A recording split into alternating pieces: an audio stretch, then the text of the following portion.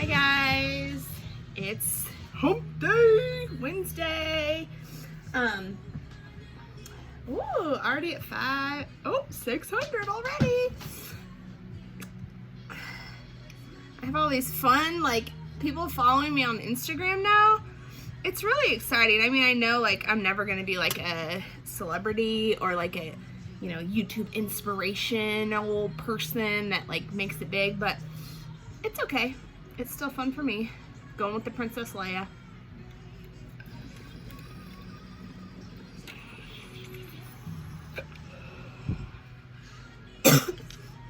I got to take dabbing lessons from the dabbing granny. If you haven't checked her out on Instagram, she's hilarious.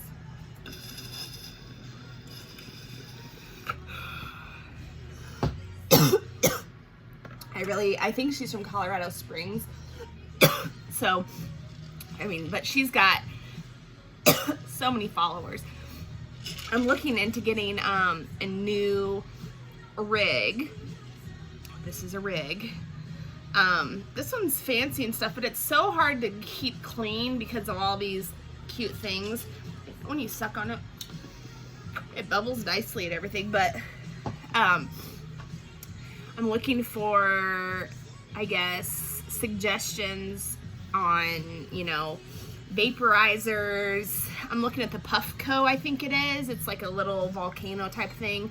All that comes with money though, so, slow and steady wins the race. The only thing I really want to talk about today, well, first off, it's really frustrating when, I think I asked my son, or told 3 times last night, you need to unload the dishwasher. Mind you, it's the top rack because his sister does the bottom rack. So he has to unload one rack. Yeah, went down there to do the dishes when I got home from taking them all to school, and guess what? Still loaded. So frustrating. I feel like one of those, what are those mimes? Mimes. When I talk to my kids, it's like my mouth is moving, but nothing's coming out because they don't hear it. So my cold sores are looking better a little bit. I put some thieves. I've been putting essential oils on them too, just trying to help. Anyway, I just wanted to talk a little bit about suicide awareness. It's really sad. There was just a mom and a 19-month-old or something young like that, under 2, murder-suicide found in the Rocky Mountain National Park. I think she was 24, had this 1-year-old, pregnant with her second. So at 24, I had a baby and I'd been married for 3 years, but a lot of people, that's a lot of stress. And the fact that she felt like her only option was to go up into the fucking mountains and shoot her fucking little kid in the head and then kill herself. This is a problem in society.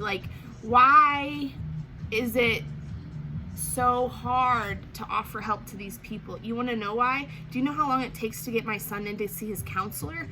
We can only see him about once a month because that's the only time he has for an appointment for him. So if Denver needed to be seen more than once a month, too bad. They just don't have the resources. So people out there, if you see any warning signs, starting to seclude themselves, always being down on themselves, whatever. If they don't want to get themselves help, reach out to their family.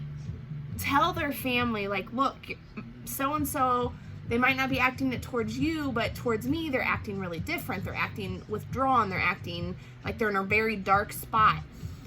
Reach out. Life is worth living. That's a temporary, that's a permanent solution to a temporary problem. You're permanently taking yourself out of the world because you're having a rough time. But you have to understand, even though you're having a rough time, people around you love you and they want you to stay and They want you to get help, and they want to help you. I wouldn't be one to suggest, going to drugs and alcohol if you're having like, these kind of symptoms, because alcohol is most likely going to make it worse because you'll get drunk and get more down on yourselves and stuff. Any hard drugs, I don't do any of that. I smoke pot. That's it. I mean, I take my crazy pill, but like, I don't put stuff in my veins. I don't put shit up my nose. I don't drink much. Like, that's what it is. But anyway, just be on the lookout for your friends. I went through a really dark spot, and I didn't want to talk to people. I wanted to keep to myself, but I never had like that thought, really. My dad did ask me, like, Sarah, are you okay? Like, are you gonna do anything? Just because in our family, unfortunately, that's the first thing that comes to mind once you've been through it. So I'm like, no, Dad, I'm not gonna do that. I see what that does to a family. I see the voids that it leaves when someone takes their own life. So anyway, that was just my inspirational talk for the day. Just remember, you are loved.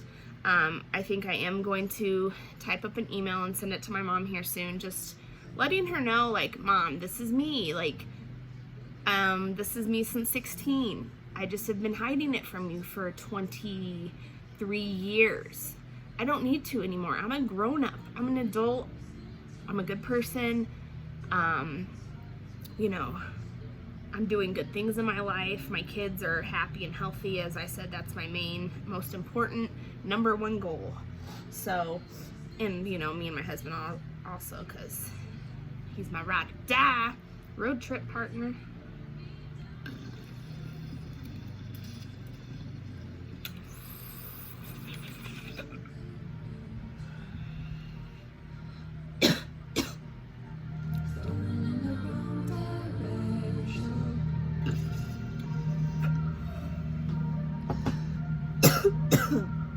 Oh, an update on the camper. What a hunk of junk. You could tell someone has lived in it, but lived in it hard, like wasn't taken care of. I don't think that the AC vent things had ever been cleaned. Like, you're trying to sell a $40,000 camper, maybe you should clean it up first.